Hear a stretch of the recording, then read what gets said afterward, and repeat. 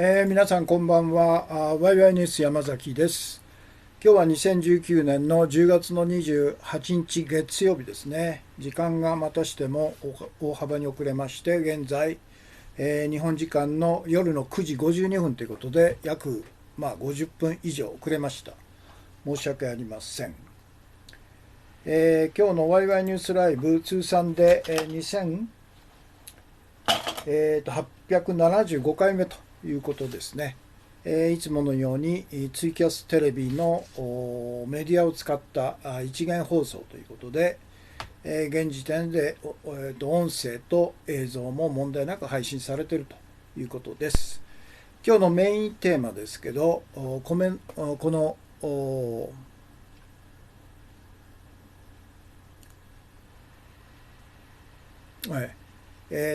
このコメント欄にアップしましたように、今日のメインテーマ、価値を生む実体経済には課税せず、価値を生まない博打経済、金融経済に等しく 1% の金融取引税を課税すれば、年間109.8兆円の新たな税収が確保できると、ナンバー1と。こういうことなんですね。で、この間ずっと、実体経済とは別にですね、それの何倍もの巨大な金融経済、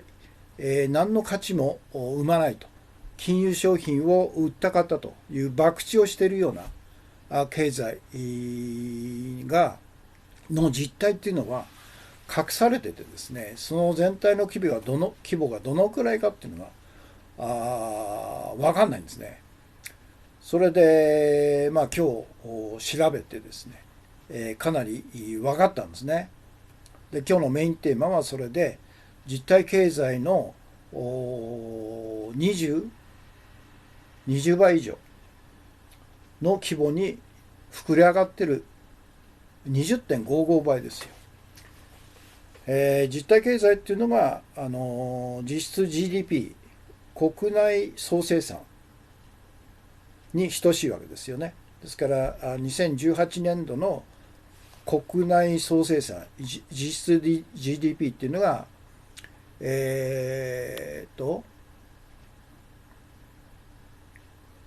534.5兆円だったんですね、日本は。で、今日の計算だとですね、金融経済の規模っていうのは、金融経済の内訳っていうのは一応6つあるということで、株ですね。金融商品の株の取引。それから債券ですよね。公社債、社債とか公社債。で、3つ目が国債ですよね。で、4つ目がデリバティブという金融派生商品と呼ばれてますけど、正体不明のいろんな金融商品を組み合わせてパッケージにしたわけです。それと商品の先物取引。そして6つ目が FX という外国為替証拠金取引。この6つがですね、金融経済の柱なんですね。で、それを全部足すといくらになるかというと、1京985.6兆円。1京っていうのは1万兆円なんですね。1万兆。ですから、1京985兆6000億というのが日本の金融経済の規模だろうということで、ですから実体経済の何倍かと534.5で割ればですね、20.55 倍ということで、日々我々が朝早くから夜遅くまでいわゆる物を生産したり、物を流通したり、物を販売したり、あるいはサービスを生み出したり提供したり、あるいは消費したりといういわゆる実体経済、国民経済とは別に、その規模の20.55 倍のいわゆる博打経済があるんだと。その博打経済の全体像っていうのが隠されてよく分かんなかったんですけど、今日ようやくですね、その全体像が分かるようにまだ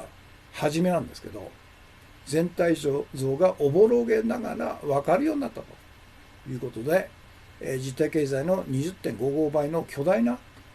博打経済がこの実体経済を破壊しているということなんですね。ですから実体経済に課税せず、消費税はゼロですよ。課税しないと。そして金融経済、これに 1% の金融取引税を課税すると一体どうなるかというと、年間ですね、198.5 兆円、100兆円以上の新たな財源が生まれるということなんで、来たるべき、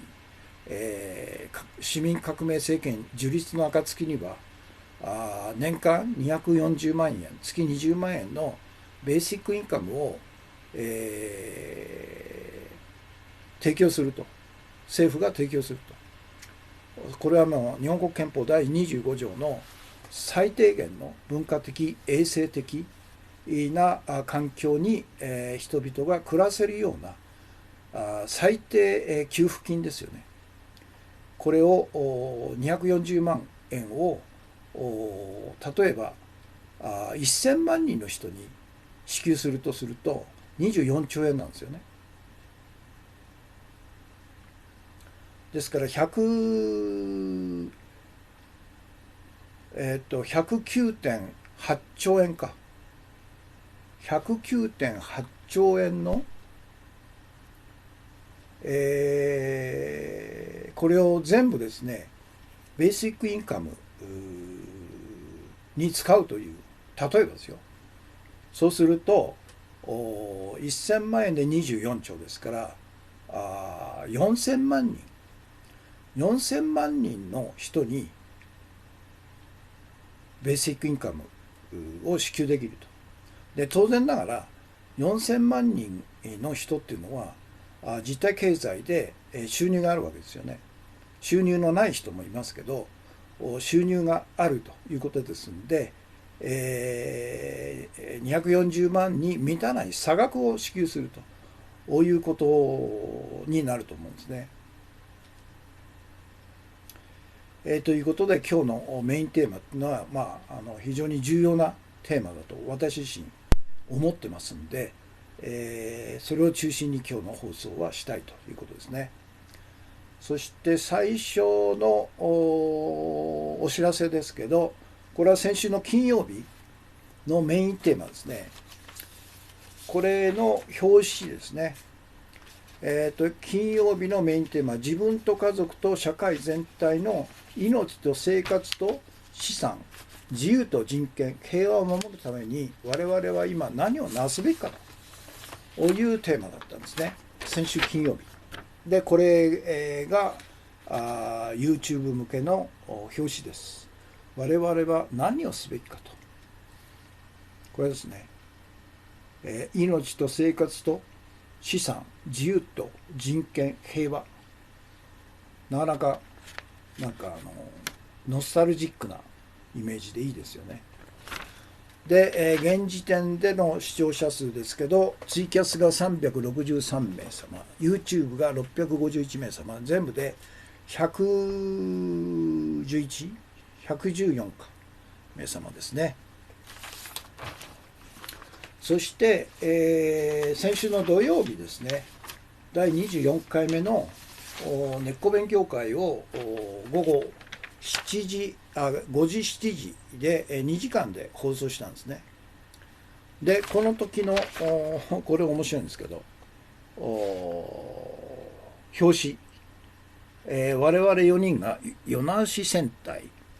根っこレンジャーということで、それに対して、VS 悪のファシストということで、安倍晋三と菅官房長とから麻生太郎財務大臣兼副首相と、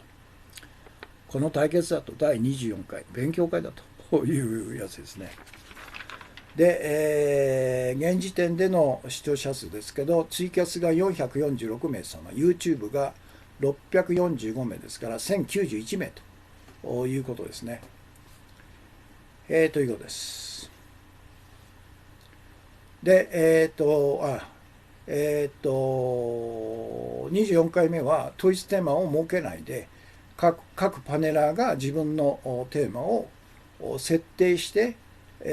最初10分か15分語って、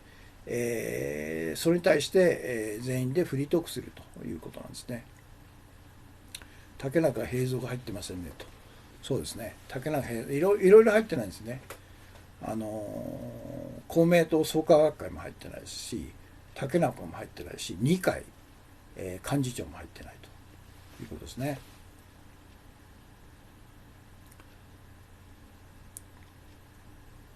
タイトルが24回根っこ勉強会のままですということですか。タイトルは各人のタイトル、これ今アップします。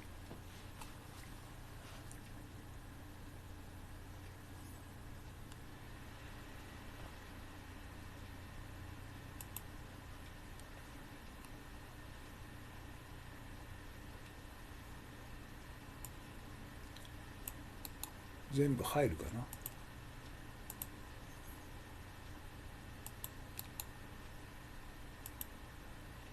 な。ああ、ダメだね。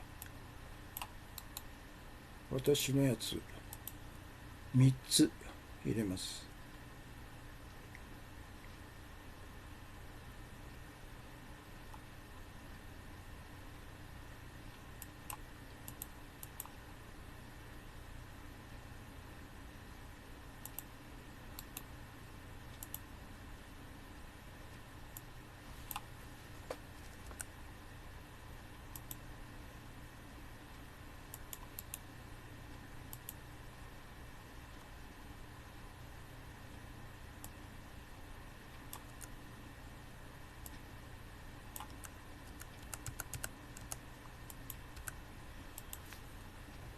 で、大津さんが一番最初だったんですね。首相には衆議院の解散権はないと。から次に天野さん、消費税増税の実態とは、意味とは何かと。から三角忠さん、権力による関西生コン弾圧の真相とは何かと。そして最後に、安倍晋三首相、安倍晋三自己ファシスト政権打倒し、市民革命政権を樹立せよという私のテーマでしたね。ということで、タイトル後で、追加しますね。ということです。そして今日の画像は今日の注目情報の中で、彼女のですね、エリザベス・ウォーレン上院議員70歳、彼女が来年11月のアメリカ大統領、トランプが再選を狙っている大統領のおそらく民主党の候補に選出されるということで一騎打ちになると思うんですね。で、彼女のいわゆる記事が今週号の週刊文春に載ってたんで、それを書き起こしたということなんです。それと今日のメインテーマですの中で取り上げますけど、日本の実質 GDP、自国通貨の推移ということで、これ世界経済のネタ帳というなかなかいい便利なサイトのあれなんですね。それで、2019年今年の GDP、実質 GDP ですね。ということは物価の上昇の変動を除いた分、実質的なGDP といわれる実体経済、2019年539兆2282.1円ということですね。539兆円なんですね。ということはこの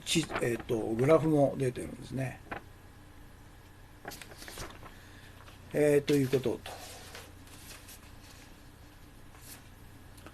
ということです。何でしたっけ。最初のあれか。表紙か。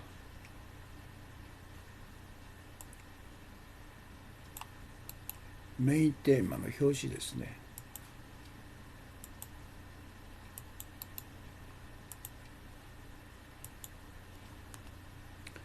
それから現時点での視聴者1000名ぐらいです。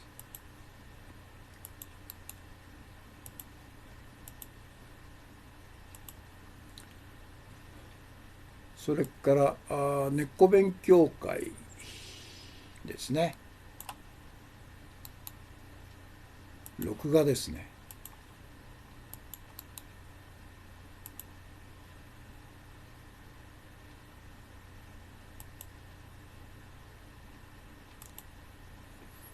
それで、現時点での視聴者数1091名ということですね。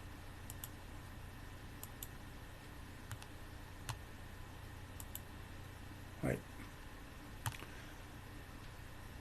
それと今日の画像、ウォーレン上院議員と日本の実質的な GDP の推移ですね。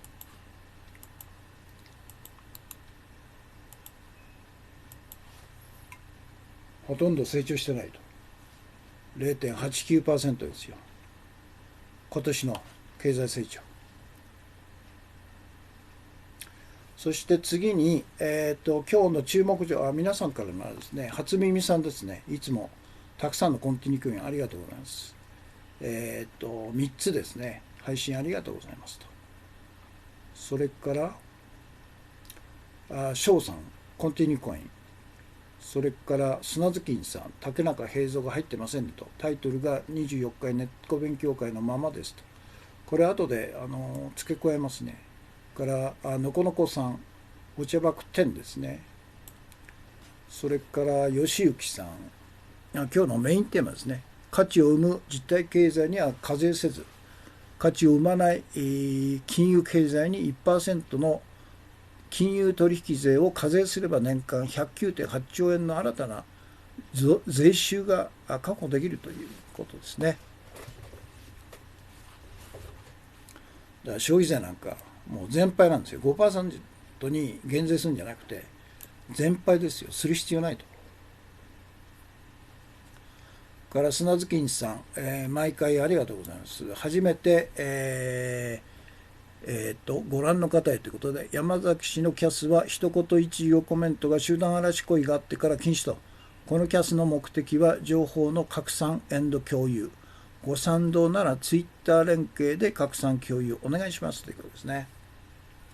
それで砂月さんが今日のメインテーマをリツイートしてくれましたね。吉行さん、お茶爆店配信ありがとうございます。よろしくお願いしますと。から吉行さんがかぼちゃですね。それと土山淳さんですね。いつもありがとうございます。お茶爆店配信ありがとうございます。からコンティニューコイン2枚ですね。そして、放送の前、砂月さん、薩長の田臥、本沢二郎の日本の風景3003479、これ面白そうですね。からトランプとニューヨーク・タイムズ、シリアでのアメリカ帝国主義戦争を認めると。マスコミに載らない海外記事と。10月28日月曜日と。から砂月さん、日本人の賃金が増えない根本理由、内部留保優先の経営から脱却せよという沖縄タイムズ。それから石森さん、山崎靖子氏、根っこ勉強会です。根っこレンジャーと。これは、根っこ勉強会の途中で、コメントしていただいたもんですね。ということです。それで今日の書き起こしですね。今日の注目情報。打倒トランプの筆頭に浮上、ウォーレンの標的はガファということで、これ文春の現在売ってるやつですね。先週の金曜日に出たやつ。木曜か。10月31日号です。これの書き起こしです。読みますね。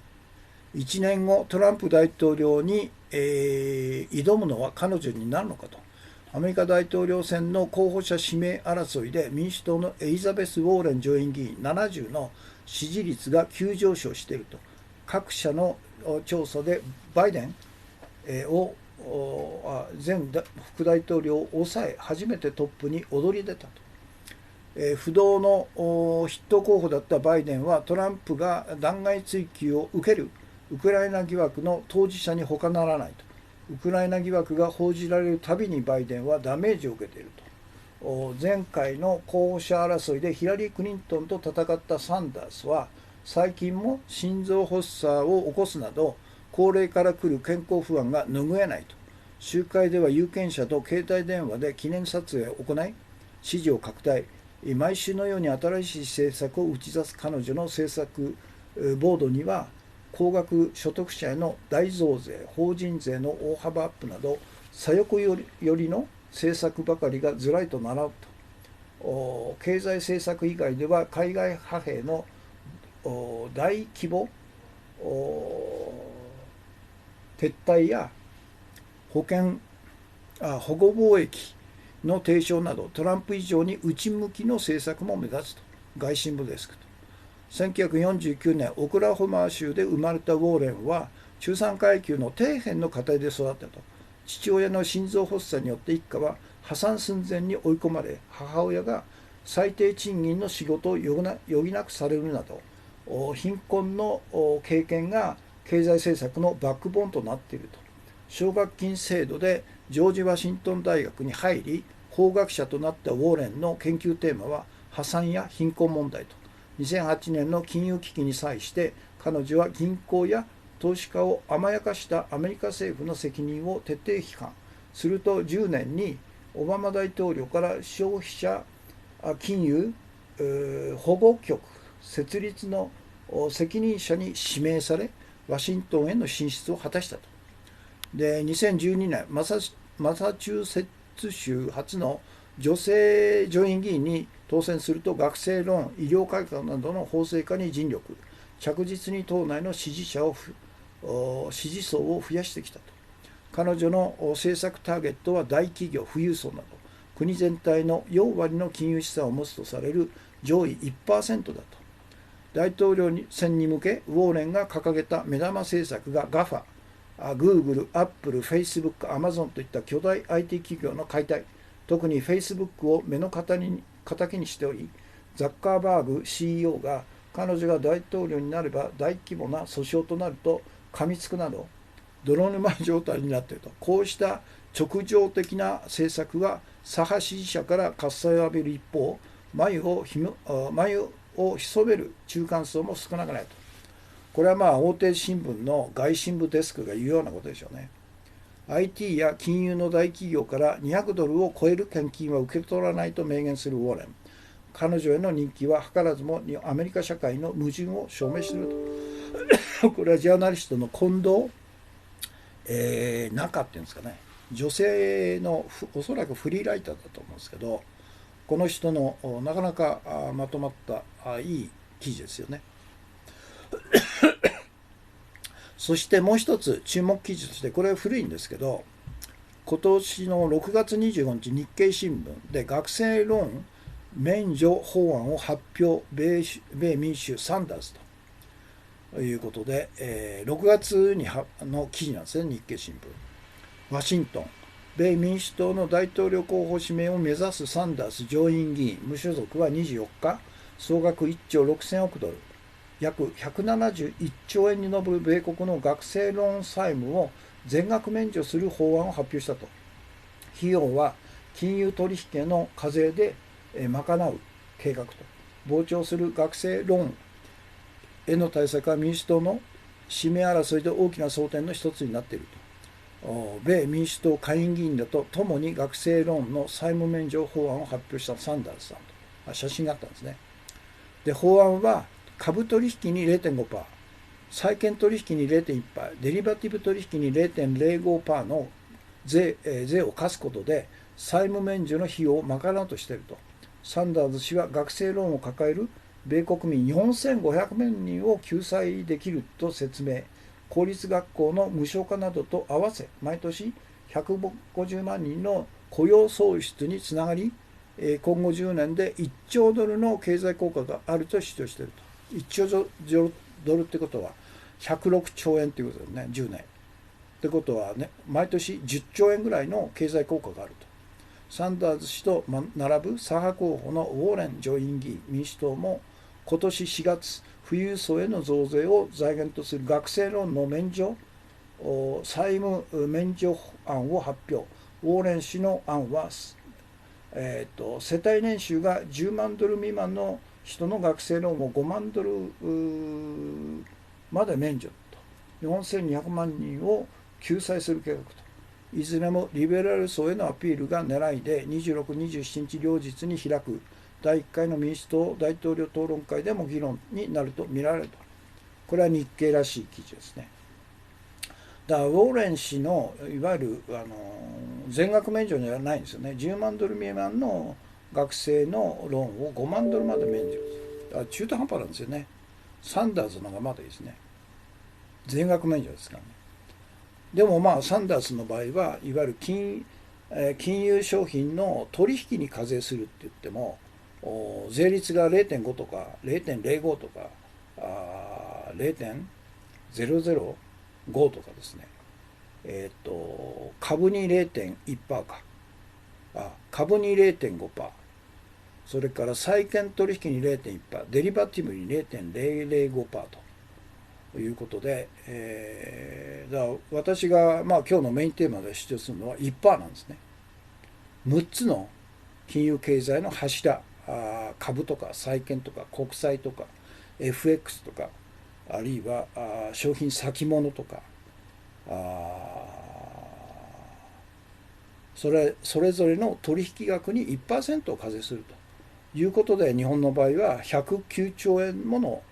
税収があると。それで、ベーシックインカムを中心とする社会保障等々を賄うと。十分賄えるんですよね。あるいは全ての教育を無償化すると。これも財源で15兆円ぐらい必要なんですけどね、十分賄えますよね。109兆円。それと実体経済からの税収でおそらく40兆ぐらいですから、150兆円ぐらいの税収が確保できるということなんですね。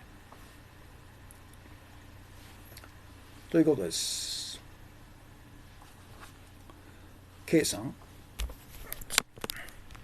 価値を生む実体経済にはこれ今日のメインテーマですね。価値を生まない金融経済に 1% の金融取引税を課税すれば年間 109.8 兆円の新たな税収が確保できるという計算。コンティニューコインですね。初耳さん、増えましたね。12345 6枚ですね。たくさんのコンティニューコインありがとうございます。ということで、今日の注目情報のタイトルだけでも書き起こし、ぜひウォーレン女子がですね、アメリカの大統領になってもらいたいですね。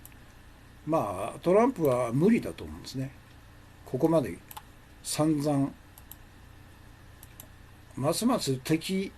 を作ってるんですね、彼はね。どんどんやればやるほど敵を作るって、安倍晋三と同じですよね。サンダース、ウォーレン女子がバイデン副大統領を初めて抜いたというんですね、支持率で。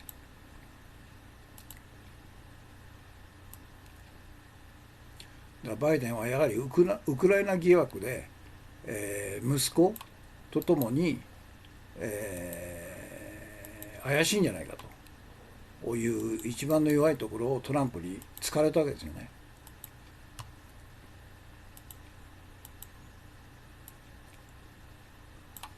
サンダーズ氏も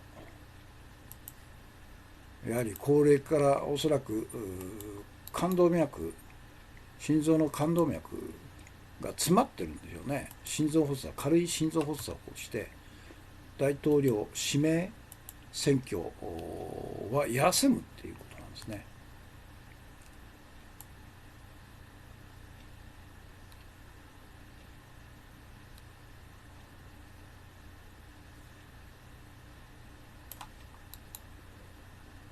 サンダーズ氏は76ぐらいじゃないですか。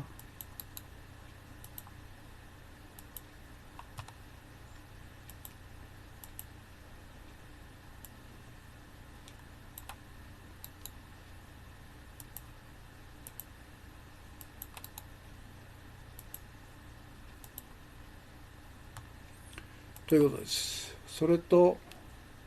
学生ローン全額免除の法案をサンダーズ氏が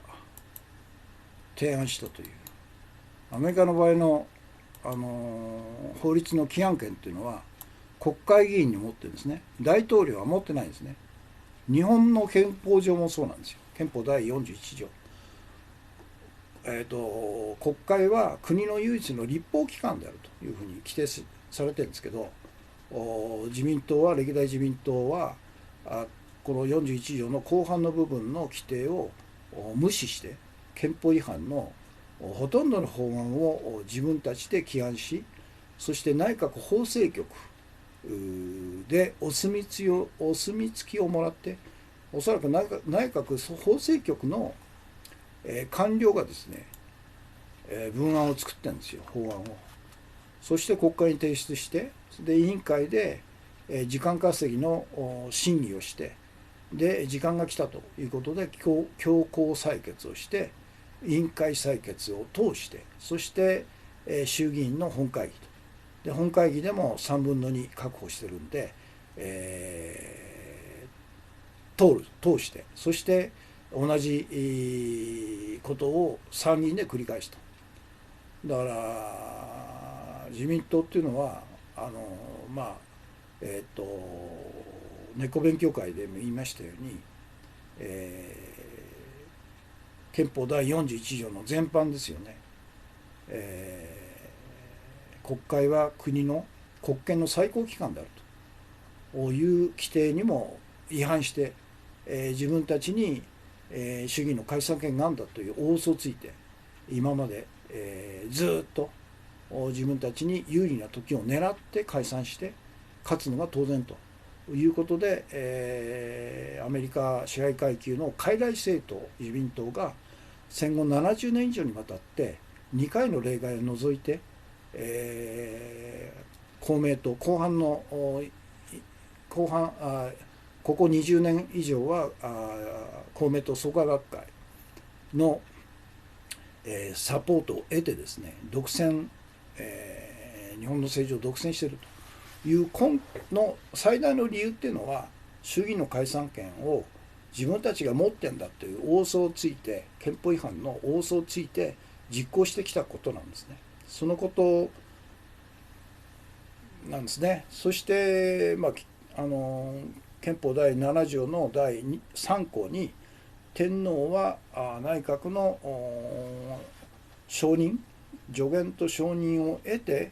衆議院を解散するっていう文言が書いたんですけど、これはもう天皇の国事行為の文言じゃなくて国政行為そのものの文言なんですね。それ自体が2条と3条で、3条、2条っていうのが国会を召集するという国政行為の大事な行為をですね、国事行為というの中にすり込んだんですね。すり替えたんですね。でそのことを誰も指摘しないと、誰も批判しないと、憲法違反だと。最高裁は一切この憲法違反の文言の差し替えに関して一切何も言わないということで、ずっと続いてきたんですね。そういうことなんです。サンダースさんですね。で彼のいいところは、課税するっていうところがいいですね。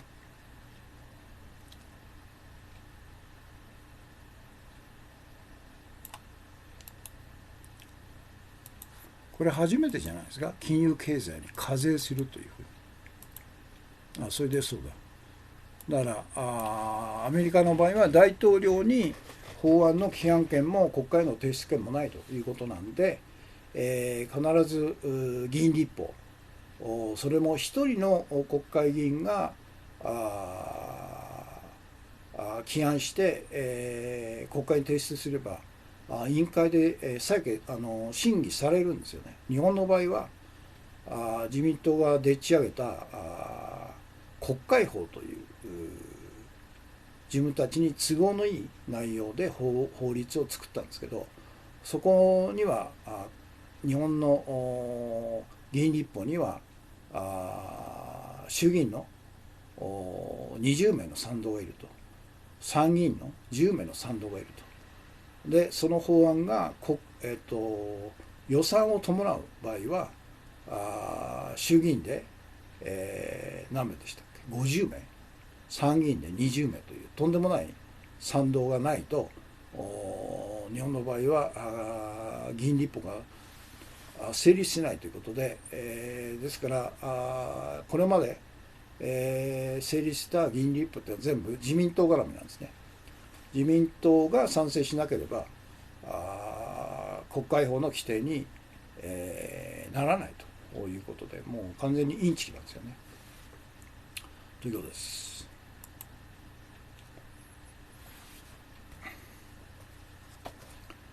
それで次はこのジム・ロジャーズさんの「日本への警告」という本の第4章今入って、4章の今日は42回目の朗読ですね。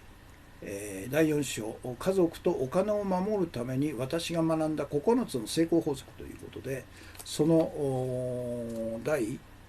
4回目ですね。自分の能力を過信するなと。ここ2ページぐらいですから読みますね。自分の能力を過信するなと。自分の力を過信すると、それまでに築いた富も成功もあっという間に崩れてしまうと。だからこそ何歳になっても懸命に学び続けなければならないと。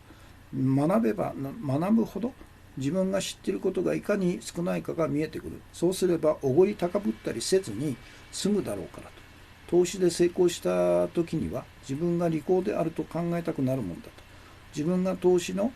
天才のような気がしてくると。投資に限らず確かに何かに成功した時というのは人は安易にそのように考えてしまうらしいと。誰しも投資がうまくいき始めるとさらに有利な投資先を考えたくなってしまうと。前回うまくやれたんだから次はもっとうまくいくと考えてしまうのだと。そんな気持ちになったら私やビーチにでも行ってのんびりと過ごすことをお勧めすると。興奮し思い上がっている時には誤った選択をしがちだと。もし見込みのある新しい投資商品を見つけたとしてもすぐに飛びつくのではなく、心を落ち着かせて待ってほしいと。ビジネスもあれこれ手を出すのではなく、冷静な思考のもとで判断をすべきだと。私がこうした考えに至った理由は過去の失敗から得た教訓にあると。アフリカ南西部のナンビアを旅していた時、妻のためにあった美しいダイヤモンドを買ったと。ダイヤモンドの相場は早くしていたため7万ドルの価値はあると踏んだのだが、なんと500ドルまで値切ることができたと。あの時私はやった大成功だ、ダイヤモンドの投資でも私はうまくやったと小躍りしたもんだが、しばらくしてタンザニアでダイヤモンドを個人に見せると、それはガラス玉だよと笑われてしまったと。私は500ドルも出してガラス玉をつかまされたというわけだと。私はダイヤモンドの値段をよく知っていたが、それが本物かどうかの区別さえつかない素人だったのだと。人には自分がよく分かっているものに投資しろと言っていたくせに、何たるざまだと。ただ今ではあの高いガラス玉が本物でなくてよかったとも思っていると。500ドルは失ったがお金よりも大事なことを学んだのだから。つまり何もしないことが正しい場合が時としてあるということだと。私が知る類いまれな成功を収めた投資家たちも実は大半の時間を何もせずに過ごしていると。一旦投資をしたら10年間は何もしない。ただ世の中の変化を見るだけだ。そして感情にとらわれず適切なタイミングを見極めて腰を上げると。何かに成功することは喜ばしいことだと。その喜びを感じるなと言いたいわけではない。ただその成功はたまたま得られたものかもしれないし、実は成功でも何でもなかったということもあり得ると。だから成功の喜びを感じるときにはそれが自分の能力によるものと安易に考えないことだと。常に謙虚でいることは成功者が共通して備える資質なのだからという、これもなかなか眼蓄のあるいい話ですね。で、明日がですね、5番目、情熱を無視するなというところです。はい。で、今日のメインテーマですね。現在40分、50秒ですね。視聴されている方が同時期で39名様、全体で86名様、コメント21件ということですね。で、今日のメインテーマ、価値を生む実体経済には課税せず、価値を生まない博打経済、金融経済に等しく 1% の金融取引税を課税すれば、年間109.8兆円の新たな税収が確保できると。これが今日のメインテーマ、ナンバー1ですね。で、各国の経済には実体経済と金融経済の2つの経済があるが、金融経済の実態は意図的に隠されていると。実体経済とは国民が日々の労働によって価値を生む国民生活に役立つ経済であると。もう一つの金融経済とは、株や債券や国債や商品先物やデリバティブや FX などの金融商品を売買してその差益を設ける博打経済であると。で、日本の2018年の実体経済の規模は実質 GDP 国内総生産の額に等しい534.5 兆円であるということで、先ほどお見せしたこの世界経済のネタ帳のこれですよね。2018年の実質 GDP534 兆円なんですね、日本は。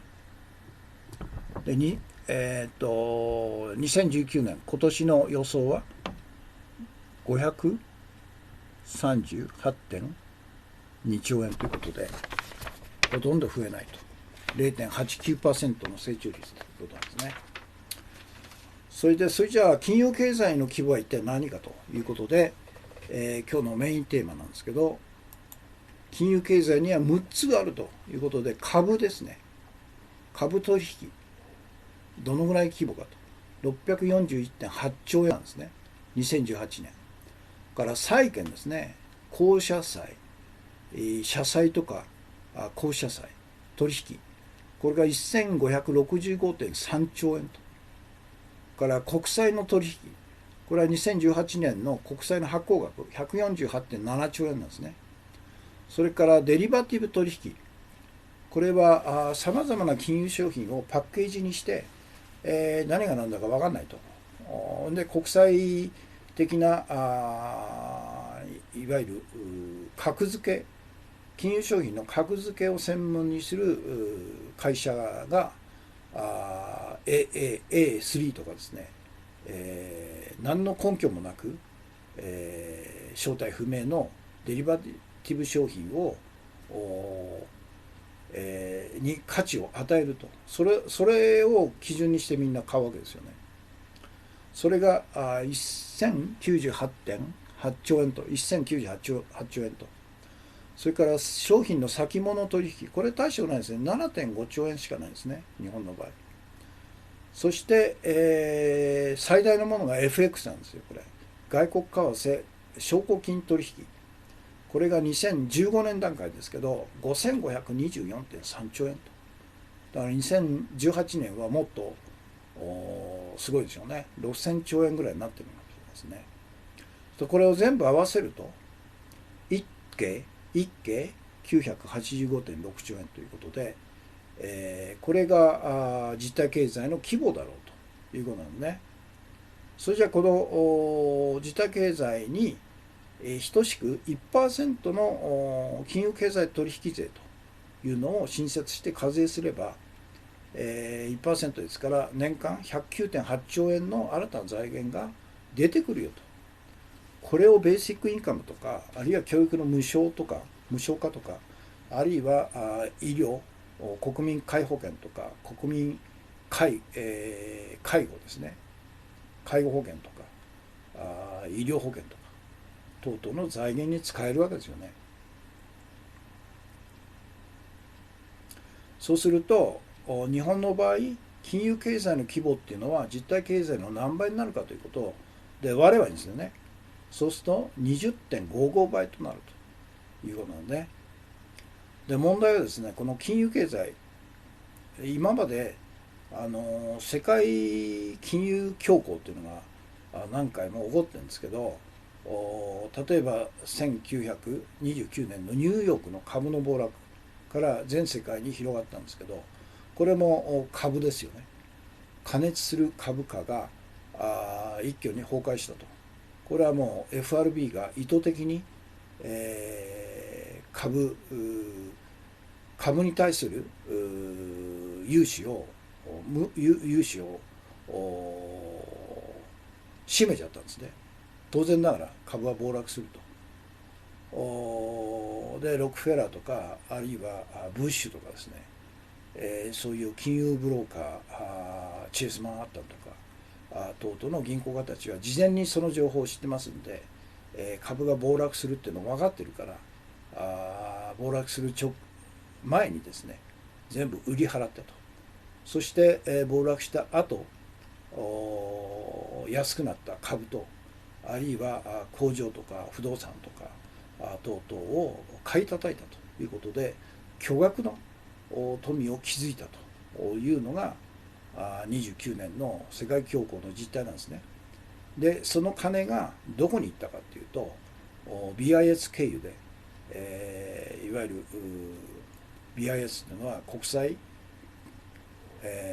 バーゼルにあるロシアドが支配している国際、決済銀行という正体不明の中央銀行の中央銀行、これを通じて、当時のヒットラーナチスヒットラーの資金に使われたんですね。だからナチスヒットラーがいわゆるアウトバーンとかですね、あるいは近代的な工場とか、あるいはフォルクスワーゲンの国民車とか等々で経済を驚異的に持ち直したと。第一次世界大戦で、多大な戦争賠償金の支払いを命じられたドイツがものすごい、不況とですね失業と恐慌によって、経済がどん底になるという中でヒットラーが登場してヒットラーの経済政策が全て、成功したというのは一体何かというとこれなんですよ。29年のニューヨーク株の暴落によってしこたま儲けた金融資本家ロシアドコスタ金融マフィアたちがその資金を BIS 経由で、ドイツに、持ってったんですね。そして、ヒットラーのナチス独裁体制を支えたということで第2次第三帝国建設という侵略戦争に彼らは資金援助したという背景なんですね。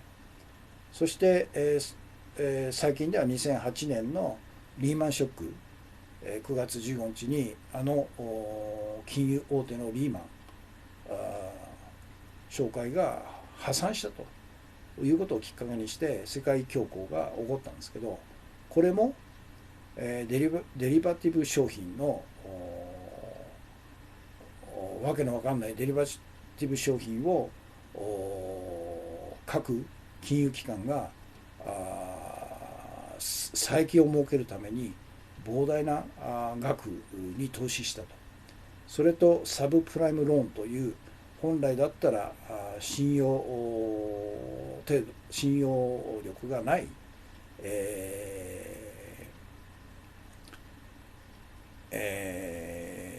わゆる一般大衆の人たちに銀行は低利子で最初住宅資金を貸したんですけど、3年4年経つと利子が上がるわけですよね。でも最初は転売を繰り返して、儲かる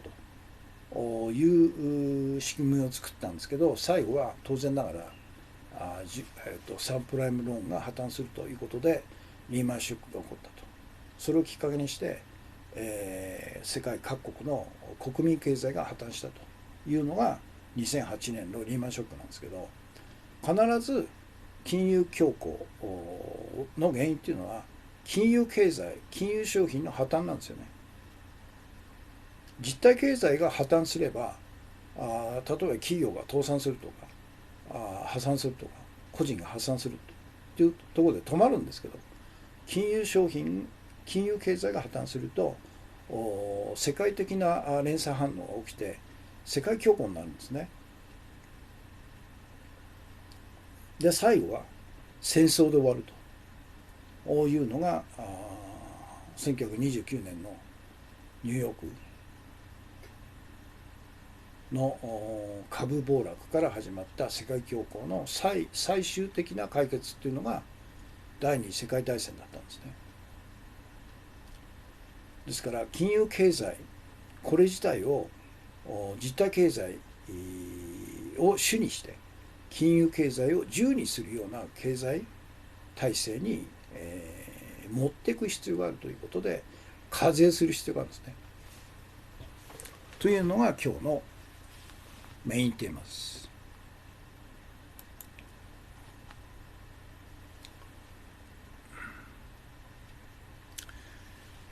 ということで、今日のメインテーマのポイントだけでも、そうか、ジム・ロジャーズさんの今日読んだところのタイトルだけでもアップしておきますね。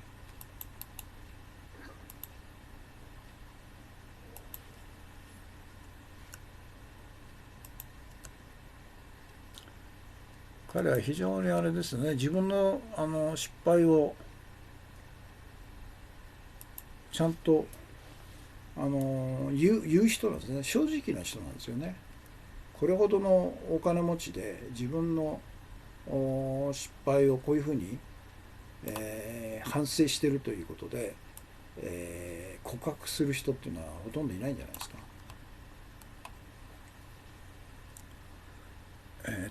コンティニューコインですね。ちょっとこれは読めないですね、この方のあれは。そして今日のメインテーマ。だからあくまでも実体経済こそが主になるべきなんですよ。で、金融経済の博打経済っていうのは、ゼロにはならないけど、もう限りなく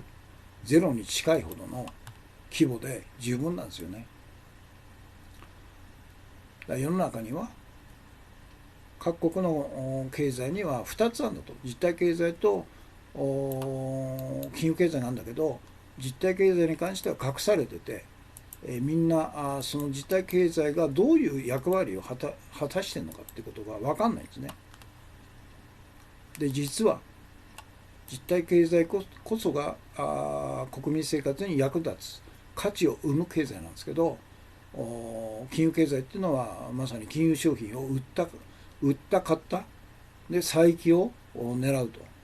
というだけのパチンコと同じですよね。何の価値も生まないもんだということすらも隠されてるんですね。で、もう一つの金融経済とは価値を生まない博打経済だ。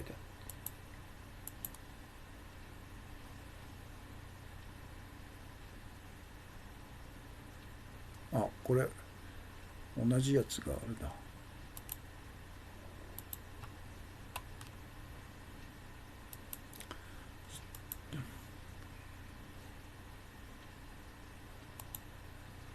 価値を生む実体経済には課税せ、これはテーマですね。今日のメインテーマ。そして各国の経済には実体経済と金融経済の2つがあるが、金融経済の実態は意図的に隠されていると。だから金融経済の規模がどのぐらいかっていうことは統計に出てこないんですよね。隠されてるから。で、実体経済とは我々が日々の労働によって価値を生む国民生活に役立つ経済だと。いうことですね。だから物を作ったりサービスを提供したり消費したり、そしてもう一つの経済っていうのは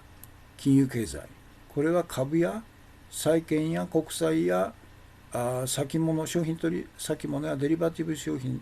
FX などの金融商品を売買してその差益を狙うという博打経済なんですね。だから博打経済が主で実体経済がどんどん蝕まれているというのが現在の超金融資本主義ということですね。で日本の実体経済の額っていうのは2018年段階で、実質 GDP 国内総生産534.5兆円とほとんど伸びてないと。だアベノミクスがほとんど実体経済には投資されず使われず金融経済のように使われているから金融経済は伸びるんですね。実体経済は 0.89 で終わっちゃうということなんですね。それじゃあ日本の金融経済2018年の金融経済はどうなるのかということですよね。結論から言うと日本の2018年段階の金融経済の規模は1京985.6 兆円であると。こんなことを言う経済学者誰もいないんですよね。何やってんだろうねあいつらはね。毎日偉そうに学生相手に経済学を解説してますけど一番肝心なことはスルーしてんだよね。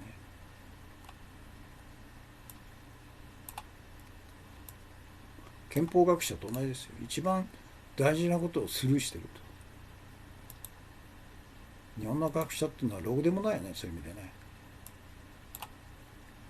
で株の取引、日本の2018年1年間で641.8兆円ですね。から債券、公社債取引1565.3兆円と。それから国債か国債、これは2018年段階の国債発行額150兆円なんですね。毎年150兆円出してるんですよ。でそのうち100兆円110兆円ぐらいが毎年償還する国債、過去に発行した国債を10年とか5年とか等々で、元本と利子を払わなきゃいけないということで、その償還のための資金を国債で賄うと110兆円。だからタコが自分の足を食べながら生きながらやってるということなんですね。からデリバティブ、これが正体不明の金融商品をパッケージにしたやつですね。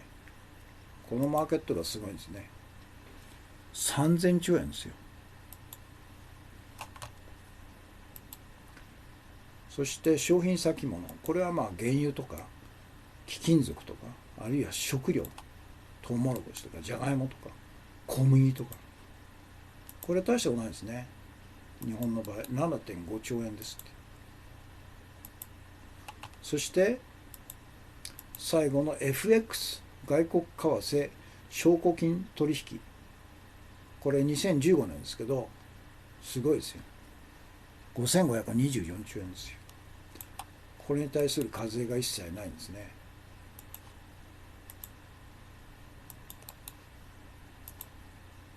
そう全部で合わせるとどうなるかと計として1兆985.6 兆円になると。これが金融経済の規模だろうということなんですね。こんなことを言う経済学者っていないですよね。私別に専門家じゃないのに、要するに実体経済を蝕む金融経済の規模って一体どうなってんのっていうことを探しても誰も統計としてまとめてないんですよね。だから自分で調べるしかないということなんですね。だからこの1兆985.6兆円に 1% の金融取引税を課税すれば年間109.8兆円の新たな税収が生まれるよと。これですよ。これ単に日本だけじゃなくて世界各国で適用できるわけですよね。金融経済が実体経済を支配しちゃってる、主にアメリカ、 EU、ロシアとか中国はまだそこまで金融経済が発達してないですね。中国だけがロシアで国際金融マフィアのマッシュから逃れているということなんですね。だから経済成長するんですよ、実体経済が。そして、実体経済とそれから金融経済の差はどのぐらいあるかというと、これ割ればですね、20.55倍になると。金融経済がいうことなんね。20倍の別の経済、金融経済という経済が元として存在し、それが莫大な取引と、それから勝ち組に莫大な利益を与えているということですよね。それで私の言いたいこと、1929年のニューヨークの株の暴落から端を発した世界金融恐慌も、から2008年のリーマンショックでの世界金融恐慌も、ともに実体経済が破綻したんじゃないですよね。金融経済が破綻したために起こったんですね。だから金融経済が実体経済を破壊して、膨張しすぎると、株の暴落とか、あるいはデリバティブの暴落とか、国債の暴落とか、債券の暴落とか等々が起こって、それが世界規模で全部連携してますから、瞬く間に世界中の金融機関を破綻させると、国民経済を破綻させるということで、最終的には戦争によってしか解決されないようになるというのが歴史ですよね。それで情報のソースとして株の取引に関しては、これ日経新聞ですね。2018年の東証一部売買代金は11年ぶりに641。これ東証一部の金額を取り上げたんですね。実際は一部、二部とかジャスダックとかありますけど、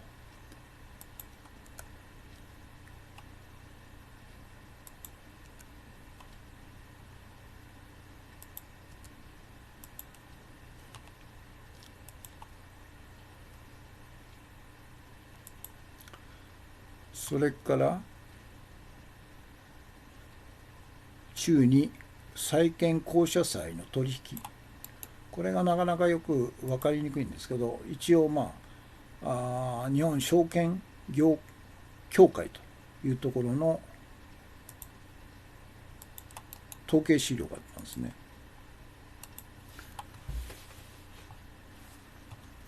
から3つ目の国債、これは時事通信の2018年の国債発行額148.7兆円と、これがソースなんですね、情報のソー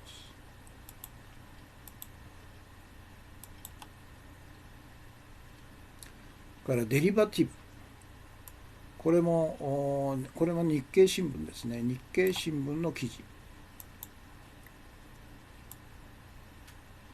2018年は過去2番目に大きいということで、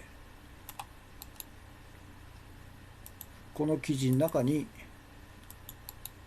デリバティブの取引額が出てるんですね。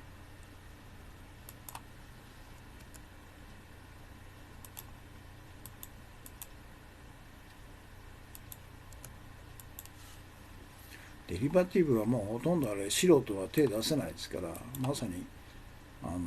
金融ブローカー専門家でしょうね。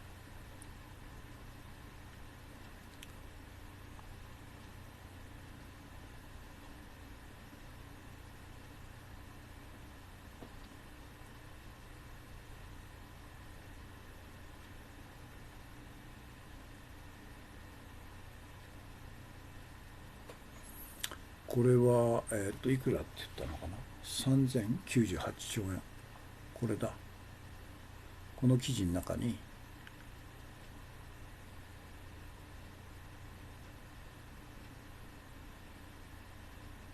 前年より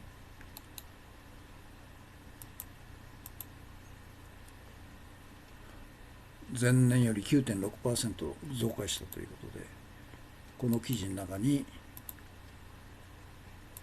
デリバティブの取引代金、代金ベースで、3098兆円って書いてあるんですね。デリバティブ。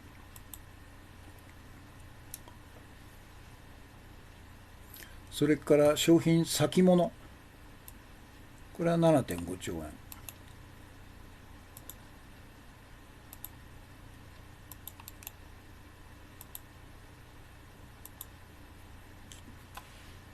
金属とから食料ですね。そして、FX、これもこれは日経かじゃないわ、Facebook、日本の FX ブローカーの優秀さというブログの記事ですね。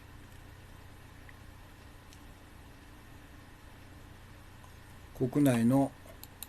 年間取引額は5000兆円以上というブログ記事ですね。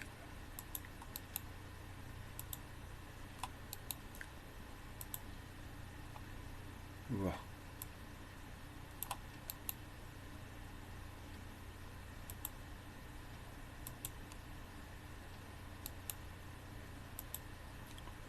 5000兆円以上と。で、具体的な数字として5524兆円。前年より 18% も増加していると。だから次に金融恐慌が来るのはこの FX とかデリバティブでしょうね。商品先物は規模は小さいですから。ということです。現在が64分ですね。47秒ですね。43名様、131名様、コメント50ですね。ということです。そして今日のトピックスですね。トピックス。これは最初は皆様のお力で田中を再び最前線に立たせてくださいという田中龍作ジャーナルさんの昨日付ですね、10月27日。ということで、やはり資金が枯渇したんで彼は帰ってきたんですけど、再度行きたいということで、資金援助を求めておられますんで、ぜひみんなで応援しましょうということなんですね。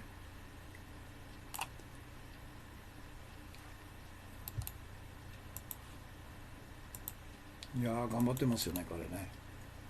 ぜひ再び行ってもらいたいですね。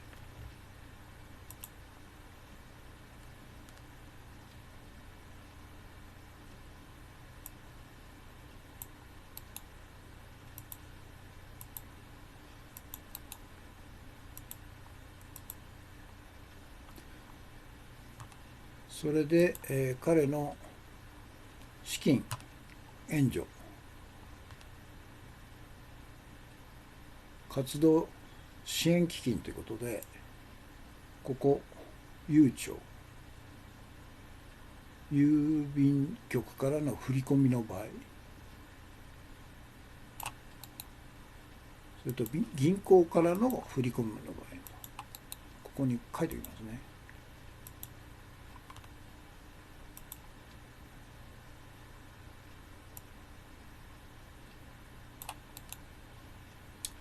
ぜひみんなで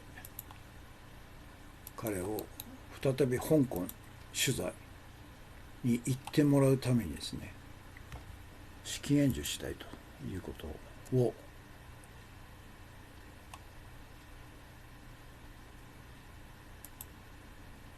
ぜひやりたいですね。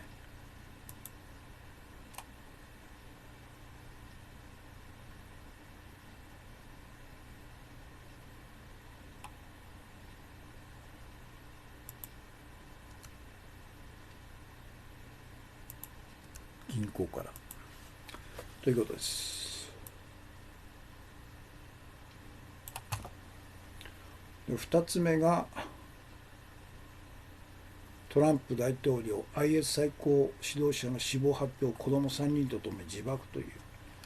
彼が得意がってですね重大発表したというバグダディ、彼はあれですよ、ネオコンとイスラエルとサウジアラビアが仕立てた工作員ですよ、 IS の。だからもう用済みになったから殺したということでしょう。オサマディン・ラビンと同じですよね。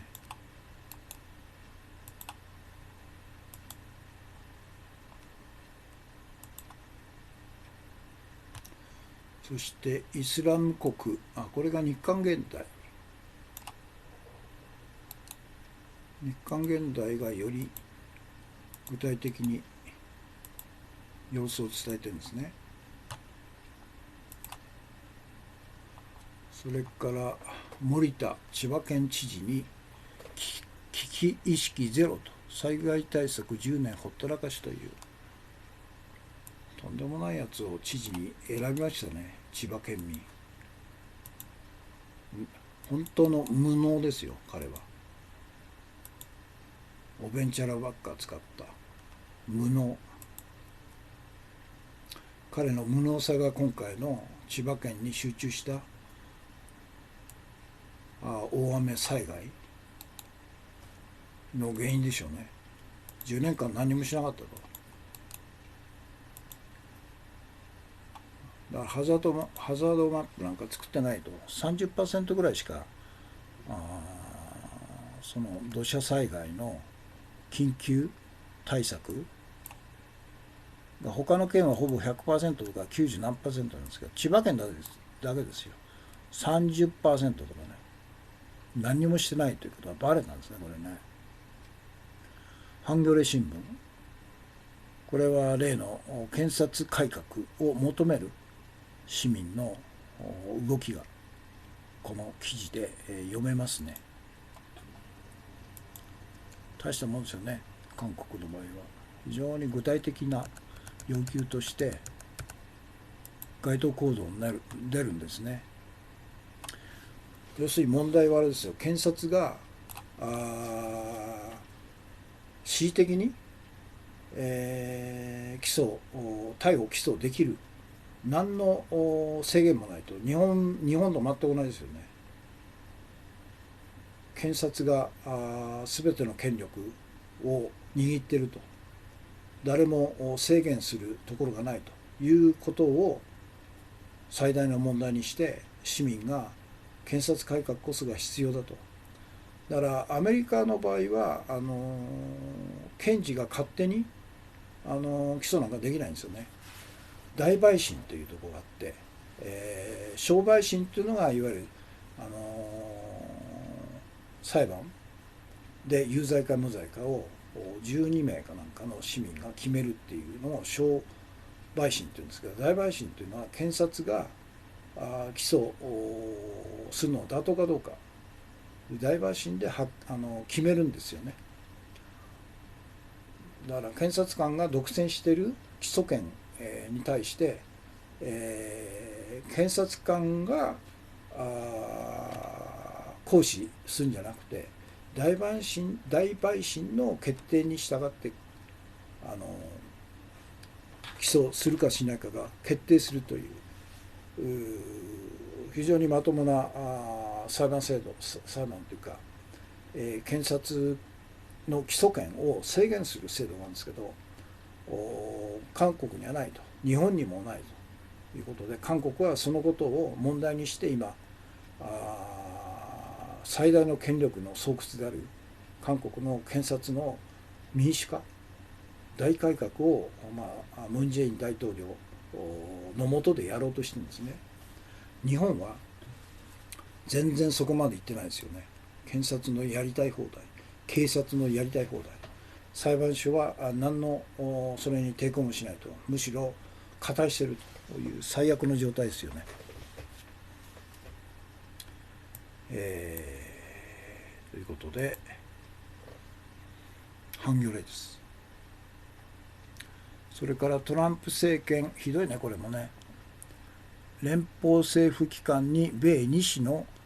購読停止促すということで、ホワイトハウスは連邦政府機関に対しニューヨーク・タイムズとワシントン・ポストの購読停止を求めているって、トランプそこまでやるのかっていう、すごいね。もう完全に追い詰められている感じですね。あがきにあがいてると。再選無理でしょうね彼は。で今日の重要情報ですね。新百合映画祭で慰安婦を扱う主戦場が上映中止になった理由と、極右論客の訴訟、川崎市が伝えた懸念、愛知トリエンナーレ事件の影響もということで、これはリテラですね。これも